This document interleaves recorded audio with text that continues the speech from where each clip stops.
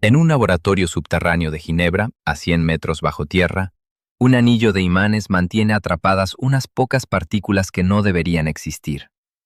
Se llaman antiprotones. Si tocaran una sola molécula de aire o la pared metálica del tubo que las contiene, desaparecerían en una fracción de segundo, convertidas en luz pura. No hay margen de error. No hay segunda oportunidad. Y sin embargo, esas partículas son, según todo lo que sabemos sobre el origen del universo, la mitad que falta de la realidad. Cada segundo, en ese mismo túnel, un equipo de físicos repite un procedimiento que tardó casi un siglo en volverse posible. Frenar partículas que nacen moviéndose a una fracción considerable de la velocidad de la luz, enfriarlas hasta casi el cero absoluto y sostenerlas en el vacío sin que toquen absolutamente nada.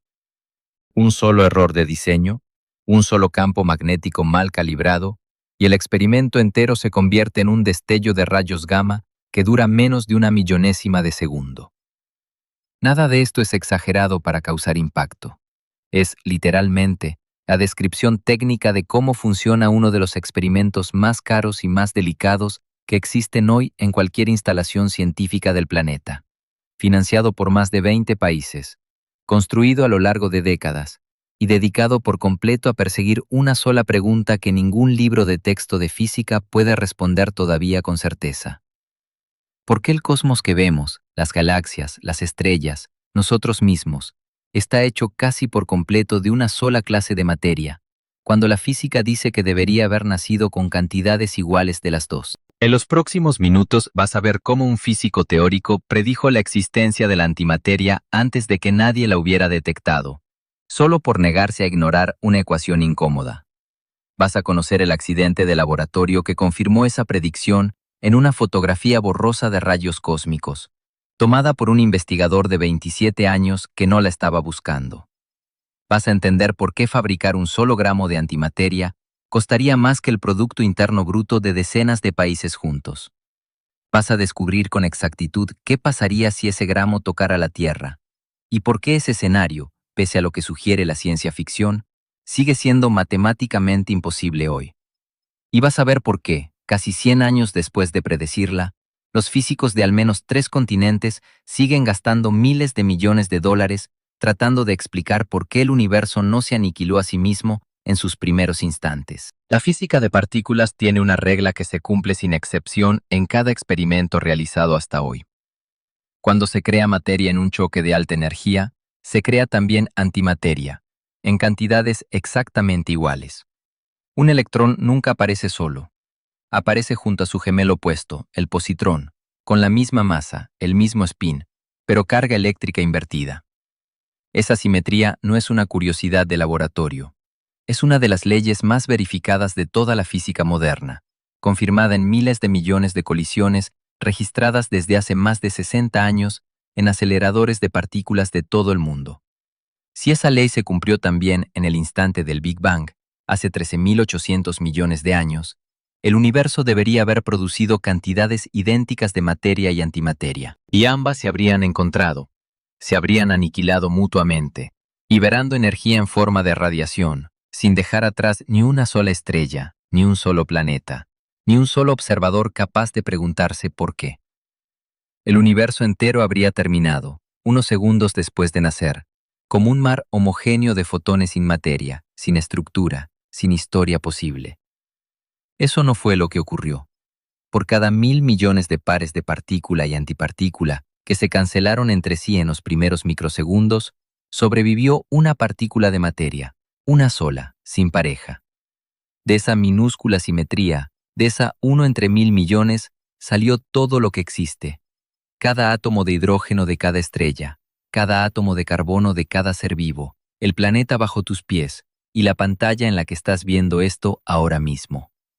Los astrónomos tienen una forma concreta de medir esa proporción original.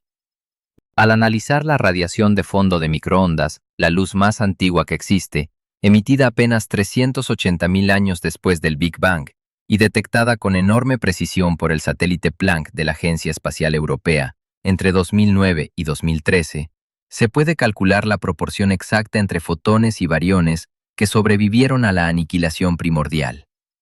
Esa proporción resulta ser de aproximadamente 1.600 millones de fotones por cada partícula de materia ordinaria que quedó en pie.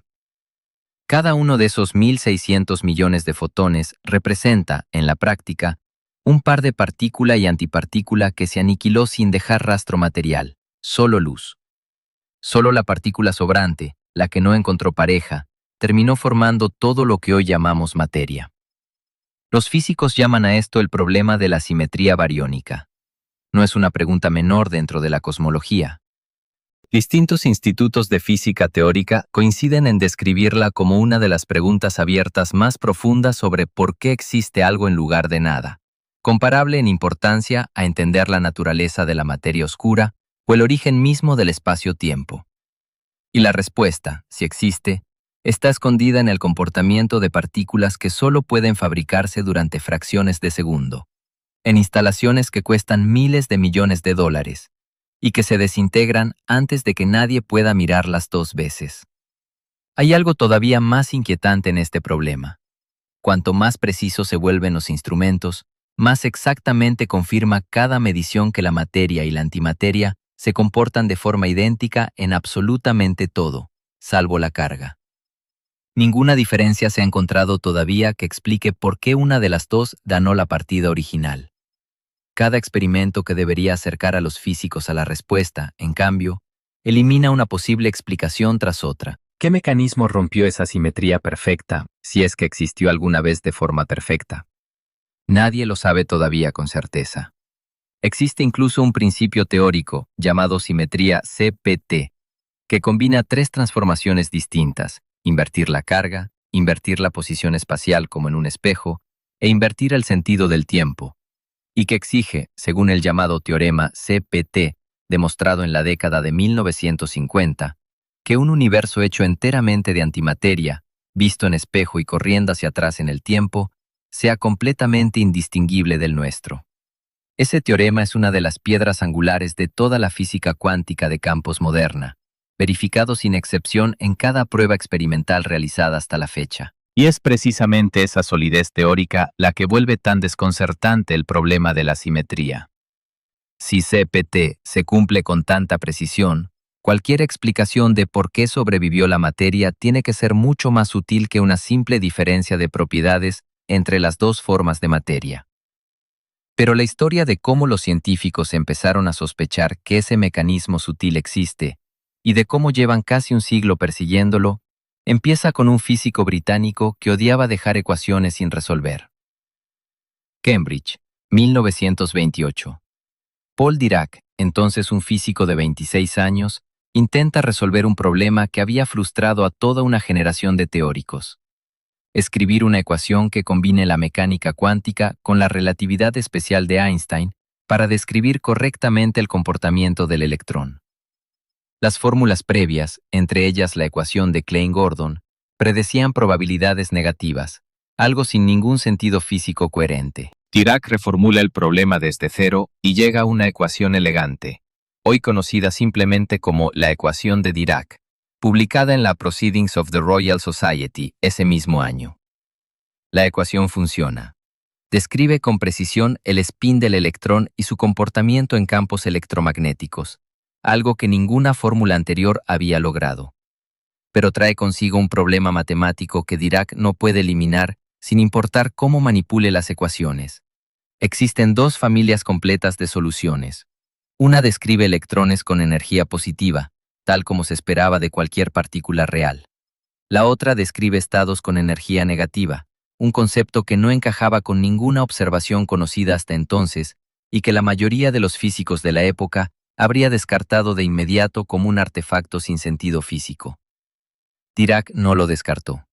Se tomó en serio lo que la ecuación decía, incluso cuando esa lectura literal violaba la intuición física aceptada. Su primera interpretación, publicada en 1930, proponía que el vacío del universo está en realidad completamente lleno de electrones ocupando todos los estados de energía negativa posibles, algo que llamó el mar de Dirac. Un hueco en ese mar, según su razonamiento, se comportaría como una partícula real, con la misma masa que el electrón, pero con carga eléctrica opuesta. Al principio, el propio Dirac especuló que ese hueco podía corresponder al protón, la única partícula de carga positiva conocida en ese momento, aunque reconocía que la idea no encajaba bien. Otros físicos, entre ellos Robert Oppenheimer y Hermann Weyl, señalaron de inmediato el problema. La masa no coincidía en absoluto. El protón es unas 1836 veces más pesado que el electrón, y la ecuación de Dirac exigía, sin ambigüedad, una masa idéntica a la del electrón para ese hueco. En 1931, Dirac corrigió su propia hipótesis en un nuevo artículo y propuso, sin rodeos, la existencia de un antielectrón, una partícula todavía no detectada por ningún experimento, con la masa exacta del electrón y carga eléctrica positiva. Fue una predicción incómoda incluso para sus colegas más cercanos.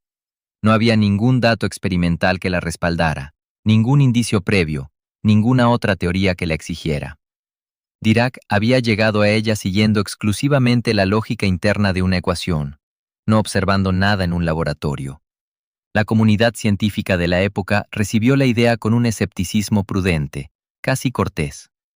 Wolfgang Pauli, uno de los físicos más influyentes de esa generación, llegó a describir la propuesta en privado como poco convincente, y Niels Bohr manifestó dudas similares en correspondencia con otros colegas de la época. Ni siquiera el propio Dirac, según relatarían después varios de sus biógrafos, estaba completamente seguro de que su antielectrón llegara a encontrarse alguna vez de forma experimental. Faltaba apenas un año para que alguien, mirando por accidente unas fotografías de rayos cósmicos tomadas en Pasadena, se topara con la prueba que nadie estaba buscando de forma explícita. Pasadena, California, agosto de 1932. Carl Anderson, un físico de 27 años en el Instituto Tecnológico de California, estudia los rayos cósmicos, partículas de alta energía que llegan a la Tierra desde el espacio profundo, usando una cámara de niebla colocada dentro de un campo magnético de 1,5 teslas, generado por un electroimán construido específicamente para este experimento. El campo magnético curva la trayectoria de cualquier partícula cargada que atraviese la cámara. Las de carga negativa se curvan hacia un lado, las de carga positiva hacia el lado contrario. El sentido de la curva y su radio de curvatura permiten calcular, con matemática simple, la carga y la masa aproximada de cada partícula fotografiada. Anderson fotografía miles de trayectorias a lo largo de meses de trabajo. El 2 de agosto de 1932 encuentra algo que no encaja con nada conocido. Una partícula que se curva exactamente como lo haría un electrón, con radio de curvatura idéntico, pero en la dirección opuesta, como si tuviera carga positiva en lugar de negativa. Para descartar la explicación más simple, que se tratara de un protón corriente atravesando la cámara en dirección contraria a la esperada, coloca una placa de plomo de 6 milímetros de espesor justo en medio del dispositivo. La partícula pierde energía al atravesar esa placa exactamente en la proporción que perdería un electrón ligero, no en la proporción, mucho menor, que perdería un protón, casi 2000 veces más pesado y prácticamente insensible a ese espesor de plomo. La conclusión era ineludible. Anderson había fotografiado, sin buscarla deliberadamente, la partícula que Paul Dirac había predicho por pura matemática apenas un año antes, en un continente distinto, sin ningún contacto entre ambos trabajos hasta ese momento. Anderson bautizó a la partícula positrón. Publicó el hallazgo en la revista Science en septiembre de 1932 y una descripción experimental más detallada, con las fotografías originales, en Physical Review en marzo de 1933. En 1936, a los 31 años, Carl Anderson recibió el Premio Nobel de Física, compartido con Victor Hess por su trabajo sobre rayos cósmicos, convirtiéndose hasta hoy en uno de los laureados más jóvenes en la historia del premio. La noticia del hallazgo de Anderson llegó pronto a Europa, donde el físico Patrick Blackett y su colaborador Giuseppe Occhialini, trabajando en Cambridge con una cámara de niebla mejorada capaz de activarse automáticamente al paso de partículas cargadas, confirmaron de forma independiente el positrón apenas unos meses después, en 1933, y además observaron por primera vez el fenómeno de producción de pares. Un solo rayo gamma de alta energía, al pasar cerca del núcleo de un átomo, podía transformarse espontáneamente en un electrón y un positrón, materia y antimateria naciendo juntas a partir de energía pura, sin ningún átomo previo involucrado en el proceso. Ese fenómeno, hoy una herramienta estándar en cualquier laboratorio de física de partículas, terminó de convencer a la comunidad científica internacional de que la predicción de Dirac no solo era correcta, sino que describía un mecanismo universal presente en cualquier interacción de alta energía, no un caso aislado propio de los rayos cósmicos. Por primera vez, la humanidad tenía una prueba física de que la antimateria no era una curiosidad matemática confinada a la pizarra de un teórico. Era real, llegaba del espacio en forma de rayos cósmicos de alta energía, y se comportaba exactamente como la teoría de Dirac había anticipado, sin ninguna desviación medible. Pero el positrón era solo la mitad del problema. Si el electrón tenía su antipartícula, la tenía también el protón, el componente central y mucho más pesado de todo núcleo atómico. Responder esa pregunta exigía una energía de colisión muchísimo mayor que cualquier experimento de rayos cósmicos podía ofrecer de forma controlada, y tardaría más de 20 años, y un acelerador de partículas diseñado a propósito en resolverse. Universidad de California, Berkeley, 1955. El laboratorio de radiación ha terminado de construir el Bevatron, un acelerador de partículas diseñado con un propósito muy específico y calculado con antelación. Alcanzar la energía mínima necesaria para producir antiprotones a partir de colisiones de protones de alta velocidad contra un blanco fijo de cobre. Los cálculos, basados directamente en la ecuación de Einstein, exigían que el acelerador llegara a unos 6,2 mil millones de electronvoltios de energía, el umbral justo para crear un par de protón y antiprotón sin desperdiciar energía adicional en partículas no deseadas. El Bevatron se construyó, literalmente, para llegar a ese número exacto y ni un electronvoltio más de lo estrictamente necesario, dado el coste de cada unidad de energía adicional en un acelerador de ese tamaño. Emilio Segre y Owen Chamberlain lideran el experimento, junto con un equipo que incluye a Clyde Wigand y Thomas Ypsilantis. El desafío no es solo producir antiprotones, sino distinguirlos entre un fondo enorme de otras partículas generadas en cada colisión, la inmensa mayoría de ellas piones de carga negativa que en las primeras mediciones se comportan de forma parecida a un antiprotón dentro de los detectores disponibles. El equipo diseña un sistema de detección en 2 etapas separadas por una distancia fija, que mide simultáneamente el momento de cada partícula, mediante su curvatura en un campo magnético, y su velocidad, mediante el tiempo exacto que tarda en recorrer esa distancia. Solo el antiprotón, con su masa característica de unas 1836 veces la del electrón, produce la combinación exacta de momento y velocidad que el equipo está buscando entre el ruido de fondo. El 1 de octubre de 1955, tras meses de calibración cuidadosa del sistema, el experimento confirma la producción de antiprotones. Unos 60 eventos identificados con certeza entre miles de millones de colisiones registradas como fondo. Segre y Chamberlain publican el resultado en Physical Review ese mismo mes.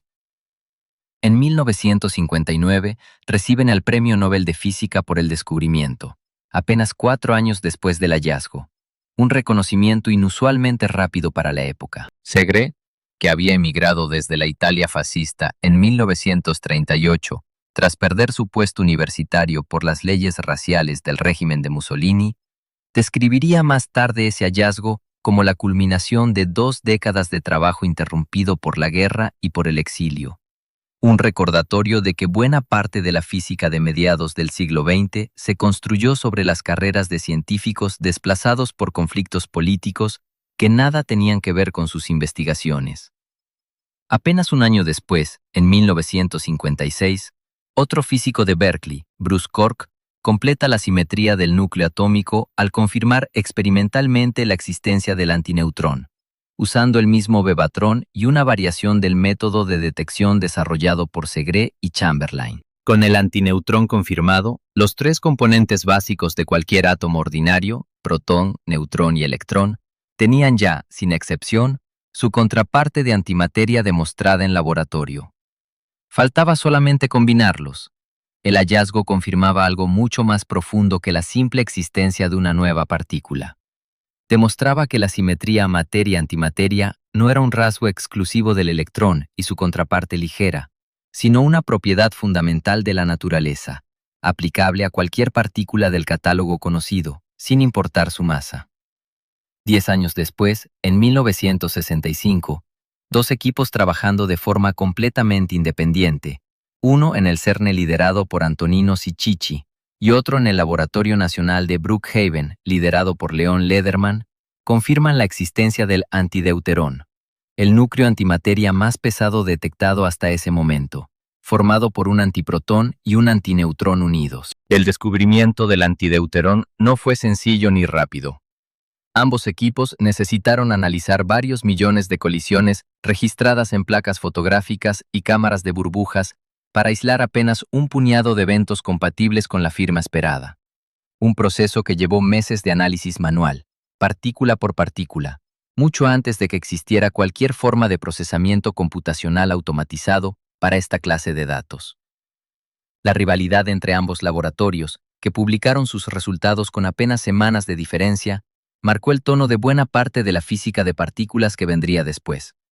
Descubrimientos casi simultáneos, en continentes distintos, confirmándose mutuamente sin haber compartido datos previos. Si el protón tenía su antipartícula, si incluso núcleos compuestos podían fabricarse en antimateria, la pregunta natural pasaba a ser si podían combinarse con positrones para formar átomos completos. ¿Podía existir un átomo entero hecho enteramente de antimateria, estable, neutro, comparable en todo salvo la carga a un átomo normal? Esa combinación tardaría 30 años más en lograrse y exigiría construir instalaciones capaces de frenar antiprotones que, por naturaleza, nacen desplazándose a velocidades cercanas a la de la luz. Kerne, frontera entre Francia y Suiza, enero de 1995. Un equipo internacional, liderado por el físico alemán Walter Oehlert, consigue, en el anillo LEAR, siglas de anillo de antiprotones de baja energía, producir los primeros átomos de antihidrógeno de toda la historia. Un antiprotón capturando un positrón en órbita para formar el equivalente exacto, en antimateria, del átomo más simple del universo conocido. En total, el experimento detecta 9 átomos. Cada uno sobrevive apenas 40 nanosegundos antes de encontrar materia ordinaria dentro del propio aparato y aniquilarse en un destello de rayos gamma característico, que es precisamente la firma que permite confirmar que el átomo existió. 9 átomos, 40 nanosegundos cada uno. No es tiempo suficiente para estudiar ninguna de sus propiedades físicas, apenas para confirmar que la creación en sí misma es posible con la tecnología disponible.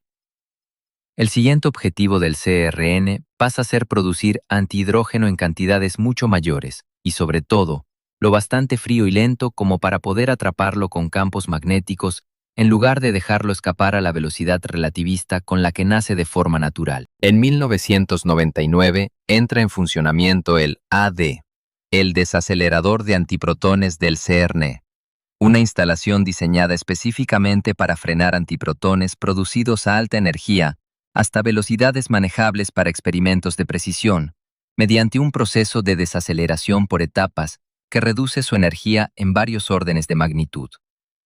El diseño del AD resolvió un problema que había limitado severamente el experimento de 1995. Los antiprotones producidos directamente en un acelerador de alta energía se mueven demasiado rápido como para capturarlos con positrones de forma eficiente, de modo que la inmensa mayoría se pierde antes de formar un solo átomo. El AD reduce esa velocidad en etapas sucesivas, usando una combinación de campos eléctricos desaceleradores y técnicas de enfriamiento por electrones, hasta entregar antiprotones a una fracción manejable de su velocidad original, aumentando en varios órdenes de magnitud la eficiencia de producción de antihidrógeno respecto al experimento original de Oehlert. En el año 2002, dos colaboraciones instaladas alrededor del mismo anillo, llamadas ATHENA y ATRAP, compitiendo abiertamente entre sí por ser la primera en anunciar el resultado, logran producir antihidrógeno frío en cantidades muchísimo mayores. Miles de átomos por intento experimental, en lugar de los 9 originales de 1995. ATHENA publica su resultado en Nature en septiembre de 2002, adelantándose por semanas a ATRAP en la carrera por la publicación. El salto de 9 átomos a miles no era solo una cuestión de escala numérica. Significaba que, por primera vez en la historia de la física, existía la posibilidad real de estudiar en detalle las propiedades del antihidrógeno con instrumentos de precisión, medir su espectro de emisión de luz, comparar cómo reacciona ante la gravedad terrestre, comprobar si obedece exactamente las mismas leyes que el hidrógeno normal o si existe alguna diferencia sutil, todavía no detectada por ningún instrumento, que pudiera explicar por qué el universo terminó con un exceso de materia sobre antimateria. Pero antes de poder medir absolutamente nada con precisión, había que resolver un problema todavía más básico y más difícil. ¿Cómo mantener esos átomos con vida el tiempo suficiente como para apuntarles un láser? Kearney, noviembre de 2010. La colaboración ALPHA, sucesora directa de ATHNA tras la fusión de varios de sus miembros, anuncia en la revista Nature un logro que llevaba años persiguiendo activamente: atrapar átomos neutros de antihidrógeno en una trampa magnética durante un intervalo de tiempo medible con instrumentos de precisión. No solo producirlos y verlos desaparecer de inmediato contra las paredes del aparato. El experimento confina 38 átomos de antihidrógeno durante 172 milisegundos, usando un campo magnético diseñado en forma de trampa Yoff-Pritchard, capaz de retener partículas neutras aprovechando su momento magnético diminuto, algo que ningún experimento anterior había logrado con antimateria. Menos de un año después, en junio de 2011, la misma colaboración extiende ese tiempo de confinamiento hasta más de 1000 segundos, unos 16 minutos completos, un salto de casi 6 órdenes de magnitud respecto al experimento anterior en apenas 7 meses de trabajo adicional. Ese margen de tiempo, mucho más largo que los milisegundos previos, permite por primera vez aplicar a los átomos de antimateria las mismas técnicas de espectroscopía láser de alta precisión que se usan desde hace décadas para estudiar el hidrógeno normal en laboratorios de todo el mundo. En 2016, ALPHA mide la transición espectral conocida como 1s2s del antihidrógeno, una de las líneas de emisión más estudiadas de toda la física atómica, y la compara directamente con la misma transición medida en hidrógeno ordinario bajo condiciones equivalentes. El resultado, publicado en Nature, muestra una coincidencia hasta una precisión de un poco más de 2 partes en 10.000 millones, una de las mediciones de mayor precisión jamás realizadas sobre una propiedad de la antimateria. En 2017, un experimento distinto instalado en el mismo desacelerador de antiprotones del Kearney, llamado BASE, mide el momento magnético del antiprotón con una precisión de 1,5 partes por 1000 millones, y lo compara con el momento magnético del protón, medido de forma independiente. También coinciden, dentro del margen de error del experimento, sin ninguna desviación estadísticamente significativa. Cada una de estas mediciones apuntaba en la misma dirección, cada vez más incómoda para quienes buscan una respuesta fácil. La antimateria, hasta donde los instrumentos actuales pueden distinguir, se comporta exactamente igual que la materia, solo que con carga eléctrica opuesta. Ninguna diferencia sutil ha aparecido todavía que explique por qué el universo prefirió la materia sobre la antimateria en aquel reparto original. Y esa ausencia total de diferencia, lejos de cerrar el problema, es precisamente lo que lo mantiene abierto y activo. Si las dos formas de materia son verdaderamente idénticas en todo salvo la carga, tal como indican 90 años de mediciones cada vez más precisas, ¿qué rompió exactamente la simetría en el primer instante del universo? En 2023, la misma colaboración ALPHA añadió una pieza más a este rompecabezas de precisión. Usando una variante del experimento llamada ALPHAG, diseñada específicamente para este propósito, midió por primera vez cómo responde el antihidrógeno a la gravedad terrestre, dejando caer átomos de antimateria dentro de un tubo vertical y registrando la dirección en la que se movían. El resultado, publicado también en Nature, confirmó que el antihidrógeno cae hacia abajo, exactamente como cualquier objeto hecho de materia ordinaria, descartando de forma directa la posibilidad, planteada de forma especulativa durante décadas, de que la antimateria pudiera experimentar algo parecido a una gravedad repulsiva. Una vez más, ninguna diferencia. Una vez más, la simetría se sostiene bajo una prueba experimental directa que antes solo existía como hipótesis teórica sin verificar. Antes de intentar responder esa pregunta sin respuesta todavía, hace falta entender por qué manipular estas partículas sigue siendo, en la práctica cotidiana de un laboratorio, una de las tareas más peligrosas y más costosas de toda la física experimental moderna. Hablar de antimateria como combustible de nave espacial o como arma hipotética suena a ciencia ficción de los años 50. Pero el motivo por el que sigue siendo ciencia ficción no es la falta de teoría detrás de la idea. Es la física básica de lo que ocurre, literalmente cientos de veces por segundo, dentro del desacelerador de antiprotones del kerne. Cada vez que una partícula de antimateria toca materia ordinaria, ambas se destruyen mutuamente y convierten el 100% de su masa combinada en energía pura, siguiendo con exactitud la ecuación de Einstein. E igual a mc al cuadrado. Ninguna reacción química ni nuclear conocida se acerca siquiera de lejos a esa eficiencia. La fisión nuclear, la misma que alimenta una central eléctrica o una arma atómica, convierte en energía menos del 1% de la masa total involucrada en la reacción. La aniquilación materia-antimateria convierte, sin excepción, el 100%. Esa eficiencia extrema es, al mismo tiempo, la razón por la que la antimateria fascina a ingenieros y estrategas militares desde hace décadas, y la razón exacta por la que resulta casi imposible de manejar fuera de un laboratorio de física de partículas. Según una estimación publicada por la propia NASA en 2006, producir un solo gramo de antimateria mediante los aceleradores de partículas disponibles en ese momento costaría alrededor de 62,5 billones de dólares. Una cifra muy por encima del Producto Interno Bruto anual combinado de la mayoría de los países del mundo. El CERN ha calculado, sumando todos los antiprotones producidos en sus instalaciones, a lo largo de más de 3 décadas continuas de experimentos, que la cantidad total acumulada apenas alcanza una pequeña fracción de nanogramo, miles de millones de veces menos que el gramo necesario para cualquier aplicación práctica a gran escala. La razón del costo desorbitado no es solamente la energía eléctrica necesaria para acelerar las partículas, es la ineficiencia intrínseca del propio proceso de producción.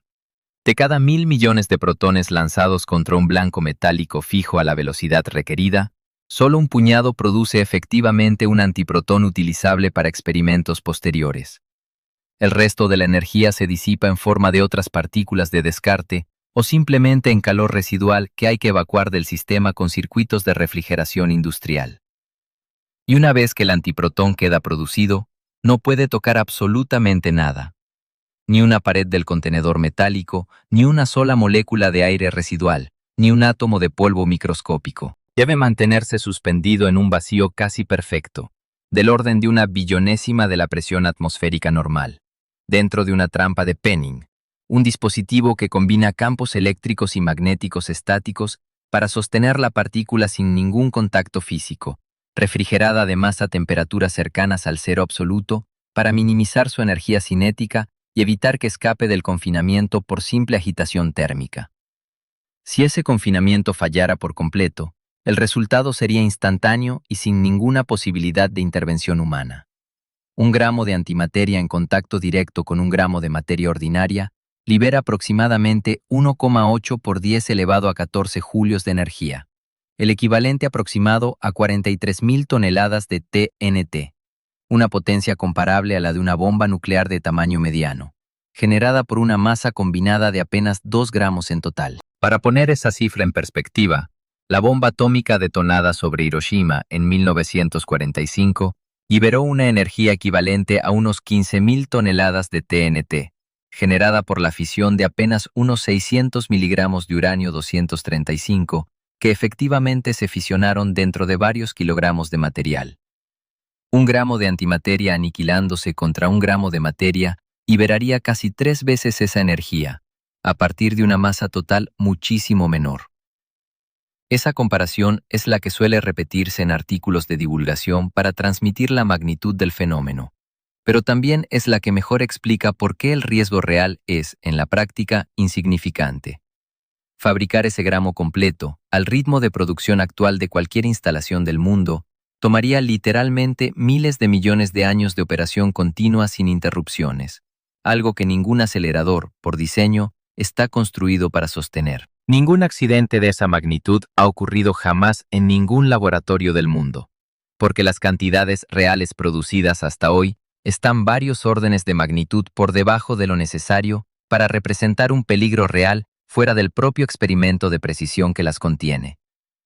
Físicos del CERN han señalado repetidamente, en entrevistas de divulgación científica, que la posibilidad de una bomba de antimateria, la broma más repetida entre el público general, es matemáticamente imposible con la tecnología disponible actualmente. Haría falta multiplicar por varios miles de millones la producción mundial acumulada de antiprotones a lo largo de toda la historia para reunir siquiera un microgramo utilizable con fines destructivos, algo que ningún acelerador actual, ni ningún programa nacional conocido, tiene capacidad de lograr en las próximas décadas. Eso no significa que el manejo de antimateria esté libre de riesgo dentro del propio laboratorio. Cada trampa de Penning en operación depende de un suministro eléctrico ininterrumpido para sostener los campos magnéticos de confinamiento. Un corte de energía prolongado, incluso de unos pocos segundos, sería suficiente para que las partículas atrapadas perdieran su trayectoria estable y colisionaran contra las paredes del dispositivo, destruyendo instantáneamente meses de trabajo de acumulación. Por esa razón, las instalaciones del AD y de LNA cuentan con sistemas de respaldo eléctrico redundantes y con generadores de emergencia dedicados exclusivamente a mantener con vida los experimentos de antimateria en curso. Un nivel de precaución de infraestructura que pocas otras áreas de la física experimental requieren con esa urgencia. No toda la historia práctica de la antimateria es peligro y coste desorbitado sin ningún beneficio a cambio. Cada día, en miles de hospitales de todo el mundo, se produce y se utiliza antimateria de forma rutinaria, segura y regulada. Los escáneres PET, siglas de tomografía por emisión de positrones, funcionan inyectando en el paciente un trazador radiactivo de vida media corta que emite positrones dentro del propio cuerpo. Esos positrones se aniquilan casi de inmediato contra electrones del tejido circundante, y los rayos gamma resultantes de esa aniquilación permiten reconstruir, mediante un algoritmo computacional, una imagen tridimensional precisa de la actividad metabólica de un órgano específico.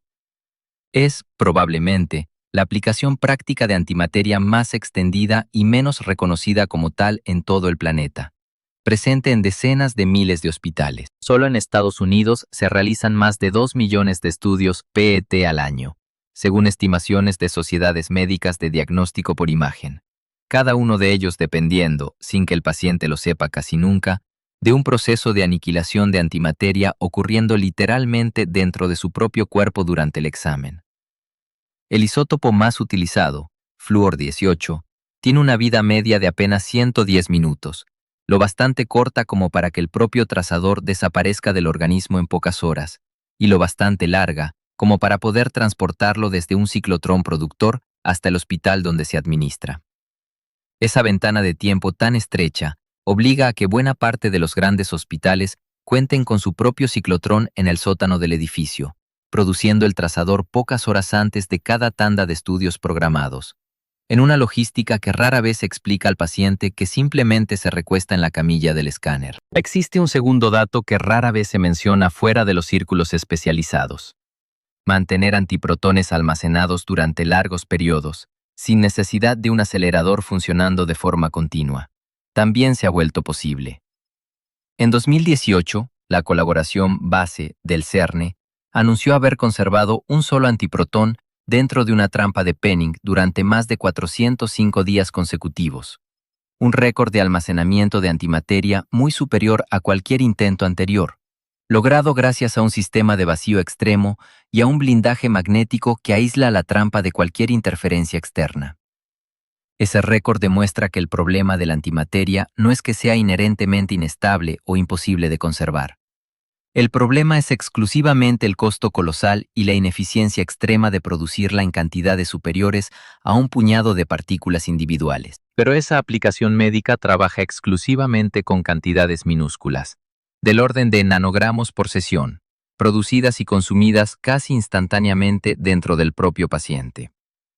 la verdadera frontera, la que mantiene a los físicos teóricos despiertos por la noche revisando ecuaciones, no es cómo usar mejor la antimateria que ya sabemos producir en pequeñas dosis médicas.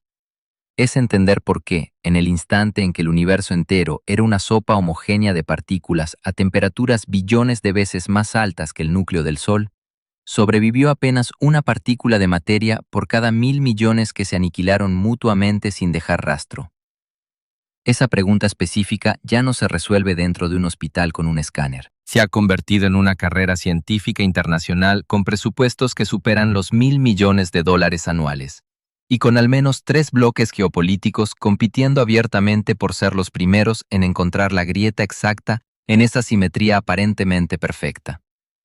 En 1967, el físico soviético Andrei Sájarov, más tarde conocido también por su activismo disidente, propuso 3 condiciones que, según su razonamiento teórico, debían cumplirse simultáneamente en el universo temprano para que sobreviviera un exceso de materia sobre antimateria: violación del número bariónico, violación combinada de las simetrías C y CP, y un apartamiento medible del equilibrio térmico durante un instante cósmico extremadamente breve.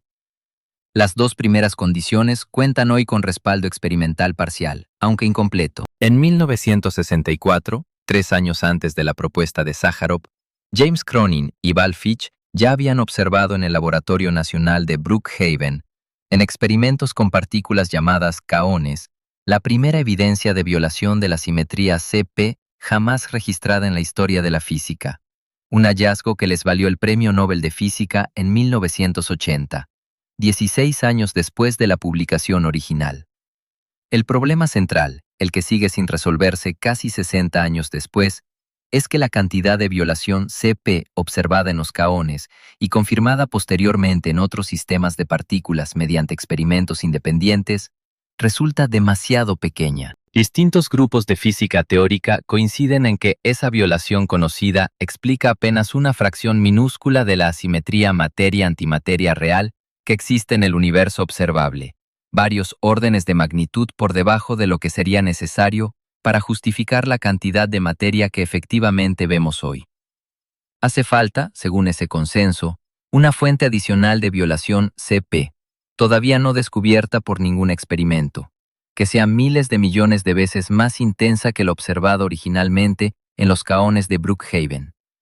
Encontrar esa fuente adicional se ha convertido en el objetivo central de varias de las instalaciones científicas más caras jamás construidas por la humanidad. El experimento LHCb, instalado en el Gran Colisionador de Hadrones del CERN, confirmó en 2017 la primera observación de violación CP en la desintegración de bariones, un tipo distinto de partícula nunca antes examinado con esta profundidad, y en 2019 encontró la primera evidencia de violación CP en mesones que contienen quarks tipo CHARMM, donde jamás se había detectado ese efecto en ningún experimento previo. En Japón, el experimento BEL 2, instalado en el laboratorio KEK y puesto en marcha en 2018, tras una actualización de $1.000 millones respecto a su predecesor, estudia con precisión creciente la violación CP en partículas llamadas mesones B, un tipo de partícula compuesta por un quark pesado y su antiquark ligero asociado,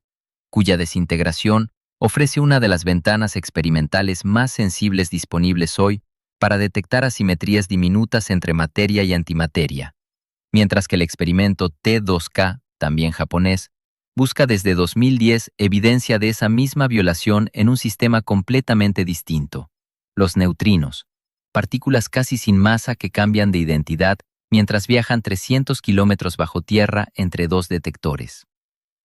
Cada uno de estos hallazgos suma una pieza adicional al rompecabezas, pero ninguno, hasta la fecha de hoy, alcanza la magnitud necesaria para explicar por qué existe algo en lugar de nada. Estados Unidos, a través del Fermilab en Illinois, mantiene en curso el experimento Muon G-2, diseñado específicamente para detectar desviaciones diminutas en el comportamiento magnético del muón, que podrían apuntar a física todavía desconocida, relacionada de forma indirecta con esta misma asimetría fundamental. El mismo Fermilab, junto con el laboratorio subterráneo Sanford en Dakota del Sur, construye actualmente DUNE, el experimento profundo subterráneo de neutrinos, un proyecto de varios miles de millones de dólares que enviará un haz de neutrinos a través de 1.300 kilómetros de roca sólida, con primeros resultados científicos esperados hacia el final de esta década. La Unión Europea canaliza buena parte de la financiación de estos programas a través de su fondo Horizon Europe, que entre 2021 y 2027 destina miles de millones de euros a proyectos de física fundamental, con el CERN como uno de sus principales receptores individuales. Solo el presupuesto operativo anual del CERN, sin contar los proyectos de expansión futura ya mencionados, supera los 1.300 millones de francos suizos, financiados de forma conjunta por sus 23 Estados miembros actuales, y sostiene empleo directo o indirecto para más de 17.000 personas entre físicos, ingenieros y personal técnico distribuidos en instalaciones a ambos lados de la frontera franco-suiza. China, por su parte, ha puesto en marcha el HIAF, el acelerador de iones pesados de alta intensidad, con capacidad para generar antiprotones y estudiar procesos de física nuclear extrema, con un presupuesto que sitúa al país como un competidor científico directo del CERN y de Estados Unidos en esta área de investigación durante la próxima década. Además del HIAF, la Academia China de Ciencias mantiene en fase de propuesta formal el CEPC, el Colisionador Circular de Electrones y Positrones, un proyecto que compite directamente en escala y ambición con el futuro colisionador circular europeo, con un costo estimado de alrededor de 5.000 millones de dólares para su primera fase y una decisión final de construcción esperada antes de que termine esta década. Si el CEPC se aprueba y se construye antes que su equivalente europeo, China se convertiría en la sede del colisionador de partículas más grande del mundo, desplazando por primera vez en más de 70 años el centro de gravedad de la física experimental de alta energía fuera de Europa y Estados Unidos, algo que analistas de política científica citados por publicaciones especializadas como Nature y Science describen como uno de los movimientos más significativos de la próxima década en la distribución global del liderazgo en investigación fundamental.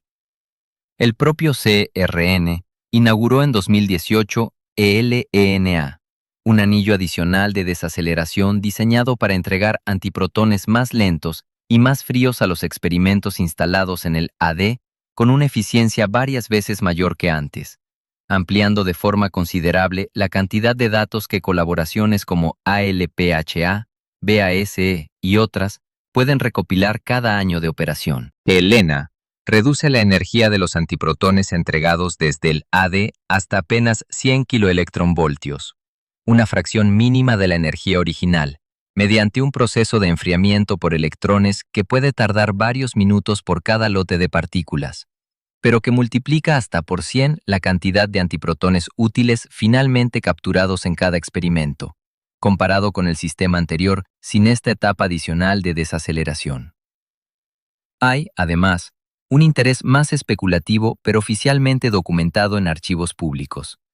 Entre los años 90 y la primera década de los 2000, tanto la NASA como la Fuerza Aérea de Estados Unidos financiaron estudios preliminares sobre propulsión basada en antimateria para misiones espaciales de muy larga duración, bajo el razonamiento técnico de que ninguna otra fuente de energía conocida ofrece una densidad energética comparable por unidad de masa transportada. Ninguno de esos estudios llegó jamás a una fase de desarrollo aplicado, precisamente por el costo de producción ya mencionado, pero los documentos siguen citándose hoy en la literatura especializada de propulsión avanzada como el límite teórico superior de lo que la física actual permite, un techo energético que ningún otro combustible conocido, ni siquiera la fusión nuclear, puede igualar por unidad de masa. Ese mismo interés motivó, a comienzos de los 2000, la aparición de al menos 2 empresas privadas estadounidenses, Positronics Research y HBAR Technologies, dedicadas exclusivamente a investigar métodos de producción y almacenamiento de antimateria más eficientes que los disponibles en instalaciones gubernamentales, con financiamiento parcial de contratos de investigación de la propia NASA, en el marco de un programa más amplio de conceptos avanzados llamado NIAC, Conceptos Avanzados Innovadores de la NASA. que desde su creación en 1998 ha financiado docenas de propuestas especulativas de propulsión, la mayoría de las cuales, incluidas las relacionadas con antimateria, nunca superaron la fase inicial de estudio teórico. Ninguna de las dos logró, hasta la fecha, reducir el costo de producción a una escala siquiera cercana a la viable para una aplicación de propulsión real. Y ambas redujeron drásticamente su actividad pública una vez agotados los contratos iniciales. Un recordatorio de que, en este campo específico de la física, ni siquiera el capital privado ha logrado sortear el límite impuesto por la ineficiencia fundamental del propio proceso de producción de antimateria a partir de aceleradores de partículas convencionales. Ningún inversor privado, hasta hoy, ha vuelto a intentarlo a esa escala. El propio CERN, más allá de sus instalaciones actuales, tiene sobre la mesa un proyecto todavía más ambicioso: el futuro colisionador circular. Un túnel propuesto de 91 kilómetros de circunferencia, casi el triple del actual gran colisionador de hadrones, con un presupuesto estimado que ronda los 17.000 millones de euros repartidos a lo largo de varias décadas de construcción y operación. Aprobado en fases preliminares por el Consejo del CERN en 2024 para estudios de factibilidad detallados. En paralelo, Estados Unidos avanza en Brookhaven con el colisionador de electrones e iones, conocido como EIC, un proyecto de unos 2.800 millones de dólares diseñado para estudiar con precisión inédita la estructura interna del protón, con inicio de operaciones proyectado hacia comienzos de la década de 2030. Cada uno de estos proyectos, sin excepción, incluye entre sus objetivos científicos declarados avanzar en la comprensión de la asimetría materia-antimateria, aunque ninguno de ellos, según reconocen abiertamente sus propios comités directivos, promete resolverla por sí solo de forma definitiva. La razón por la que gobiernos enteros justifican presupuestos de esta magnitud no es únicamente la curiosidad científica abstracta. Entender por qué sobrevivió la materia sobre la antimateria está directamente conectado con preguntas que van mucho más allá de un laboratorio. Si ese mecanismo de asimetría depende de condiciones extremadamente específicas del universo temprano, entender cuáles fueron esas condiciones podría decirnos, indirectamente, qué tan común o qué tan excepcional fue el proceso que permitió que existiera materia suficiente para formar galaxias, estrellas, planetas rocosos y, en última instancia, cualquier forma de vida compleja capaz de hacerse esta misma pregunta. Es, en ese sentido, una investigación que conecta la física de partículas más abstracta con la cuestión más elemental de la cosmología. ¿Por qué el universo terminó siendo un lugar habitable en lugar de un vacío homogéneo de radiación? Ningún gobierno financia estos proyectos únicamente por esa razón filosófica, por supuesto. Cada uno de estos aceleradores produce, como beneficio colateral documentado, avances en tecnología de superconductores, en procesamiento masivo de datos, en imagenología médica y en ciencia de materiales que terminan aplicándose muy lejos de la física de partículas original. Pero el objetivo declarado, el que figura en la primera página de cada propuesta de financiamiento presentada ante los respectivos parlamentos y agencias de ciencia, sigue siendo el mismo desde 1967. Encontrar la fuente exacta de la simetría que permitió que el universo terminara siendo algo distinto de un vacío de radiación pura. Ninguno de estos programas, en ningún país ni bloque geopolítico, se acerca todavía a resolver el problema original planteado por Sájarov en 1967. La asimetría bariónica sigue sin una explicación completa y verificada. Y mientras los físicos buscan esa fuente adicional de vibración CP en colisionadores cada vez más grandes y más caros, hay otra vía de investigación que no mira hacia dentro de un acelerador, sino directamente hacia el cielo. El instrumento AMS-02, el espectrómetro magnético alfa, instalado en la Estación Espacial Internacional desde mayo de 2011, tras ser transportado por la misión STS-134 del transbordador Endeavour, bajo la dirección del Premio Nobel Samuel Ting, lleva más de una década completa escaneando los rayos cósmicos que llegan del espacio profundo en busca de un solo indicio, un núcleo de antihelio o algo más pesado todavía, que solo podría haberse formado de manera natural si en algún lugar del universo observable existiera todavía hoy una región entera hecha íntegramente de antimateria, sobreviviente de aquel reparto desigual de los primeros instantes cósmicos. Hasta la fecha, Entre varios cientos de miles de millones de partículas cósmicas analizadas de forma individual, ese indicio no ha aparecido todavía de forma estadísticamente concluyente. El propio AMS-02 ilustra bien la escala del esfuerzo internacional detrás de esta búsqueda.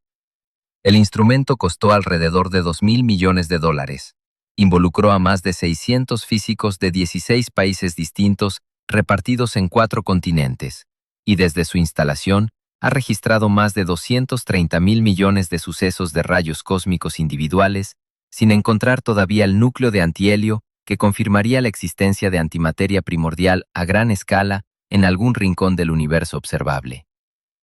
Samuel Ting, el físico que dirige el proyecto, ha señalado en presentaciones científicas públicas que incluso un único evento confirmado, si resistiera todas las pruebas de control necesarias para descartar contaminación instrumental, obligaría a reescribir buena parte de lo que se asume hoy sobre la distribución de materia en el universo temprano. Mientras esa búsqueda continúa desde la órbita terrestre, en tierra firme el propio calendario de futuras misiones se ha vuelto parte de la carrera. El CERN mantiene programado, para el año 2029, el inicio de la fase de alta luminosidad del Gran Colisionador de Hadrones, un proyecto que multiplicará por 10 la cantidad de colisiones registradas por año en experimentos como LHCb, aumentando de forma directa la probabilidad de detectar nuevas fuentes de violación CP en un plazo de tiempo mucho más corto que el que tomó encontrar las anteriores.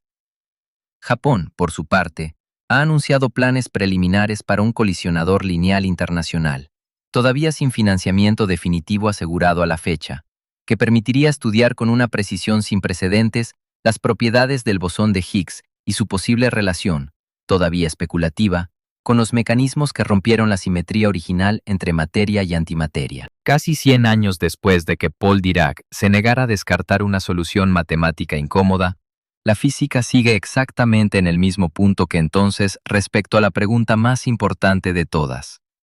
¿Por qué el universo no se canceló a sí mismo en su primer instante de existencia? Sabemos fabricar antimateria, átomo por átomo, a un costo que ningún país del planeta puede permitirse a gran escala. Sabemos atraparla durante minutos completos, medir su espectro de luz con una precisión de 10 dígitos decimales, comparar su comportamiento con el de la materia normal hasta encontrar una coincidencia casi perfecta en absolutamente todo lo medido hasta ahora. Lo único que no sabemos, después de 9 décadas completas de instrumentos cada vez más precisos y de presupuestos cada vez mayores, es qué hizo exactamente que sobreviviera una partícula de cada 1.000 millones. En algún lugar entre los datos que el Gran Colisionador de Hadrones sigue acumulando cada segundo, entre las señales que AMS-02 registra desde la órbita terrestre baja sin descanso, entre los neutrinos que Dunn empezará a analizar antes de que termine esta década, o quizás en un experimento que todavía nadie ha diseñado, ni siquiera propuesto en papel, está escondida la respuesta a por qué existe algo en lugar de nada. Lo que sí sabemos, con una certeza construida a lo largo de casi 100 años de mediciones cada vez más exigentes, es que la respuesta no será sencilla. Cada vez que un experimento nuevo promete acercarse al límite de sensibilidad necesario para detectar la fuente adicional de violación, CP, que Sájarov exigía en 1967, ese límite se aleja un poco más, exigiendo un acelerador todavía más potente, un detector todavía más preciso, un presupuesto todavía mayor. Es posible que la respuesta final llegue de un experimento subterráneo en Dakota del Sur, de un colisionador todavía por construirse bajo los Alpes, o de un satélite orbitando la Tierra en busca de un solo núcleo de antihelio entre cientos de miles de millones de partículas cósmicas. También es posible que la respuesta exija una física completamente nueva, todavía sin nombre, ajena a cualquier teoría que exista hoy en un pizarrón. Lo único seguro, a estas alturas, es que la búsqueda no se va a detener. Cada uno de los proyectos mencionados a lo largo de este video, desde la fase de alta luminosidad del Gran Colisionador de Hadrones hasta el futuro colisionador circular europeo, pasando por Dune, por Belle 2, por el CEPC chino y por cada satélite futuro que continúa el trabajo de AMS-02, comparte exactamente el mismo objetivo final que perseguía Paul Dirac cuando se negó a descartar una ecuación incómoda en 1928. Casi 100 años después, La pregunta sigue abierta, el presupuesto sigue creciendo y la respuesta sigue, por ahora, escondida en algún dato que todavía nadie ha registrado, en algún experimento que todavía nadie ha terminado de construir, o quizás en un rincón del universo observable que ningún telescopio ha apuntado todavía con la precisión suficiente. Y hasta que alguien la encuentre, cada átomo de tu cuerpo, cada átomo de este planeta, sigue siendo, en el sentido más literal posible, el sobreviviente de una guerra de aniquilación total que casi no dejó absolutamente nada detrás. Hay algo particular en este problema que lo distingue de casi cualquier otro misterio abierto de la física moderna. No es un fenómeno lejano, confinado a un agujero negro en el centro de una galaxia distante o a los primeros instantes de un universo que ya no existe en esa forma. Es un misterio que se puede tocar. Está presente en cada átomo, en cada reacción química de tu cuerpo, en el aire que respiras mientras escuchas esto. La pregunta de por qué sobrevivió la materia no exige viajar a ningún lugar remoto del cosmos para observarla. Basta con preguntarse por qué existe cualquier cosa capaz de preguntarse algo. Y esa es, quizás, la parte más incómoda de todo el problema. Casi un siglo de física de partículas, desde la ecuación de Dirac hasta el último dato registrado por LHCb la semana pasada, ha confirmado con una precisión asombrosa que la materia y la antimateria son, en la práctica, indistinguibles en cualquier laboratorio de la Tierra. Y sin embargo, el simple hecho de que exista un laboratorio, de que exista alguien capaz de hacer el experimento, demuestra que en algún momento, en algún proceso todavía sin identificar, esa igualdad perfecta se rompió lo suficiente como para dejar un remanente. Encontrar ese proceso no es solo resolver una ecuación pendiente desde 1967. Es entender la condición misma que hizo posible que hubiera un universo capaz de tener historia, de tener química, de tener a alguien mirando hacia atrás y haciendo la pregunta. Ningún otro campo de la física ofrece hoy una recompensa intelectual comparable a cambio de una inversión tan alta y de un resultado todavía tan incierto. Y si la pieza que falta no está en ningún acelerador de partículas construido hasta ahora, sino en algún rincón del universo que todavía no hemos mirado con suficiente atención ni con el instrumento adecuado? Si esta pregunta te dejó pensando, suscríbete y cuéntanos en los comentarios. ¿Crees que algún día encontraremos la respuesta?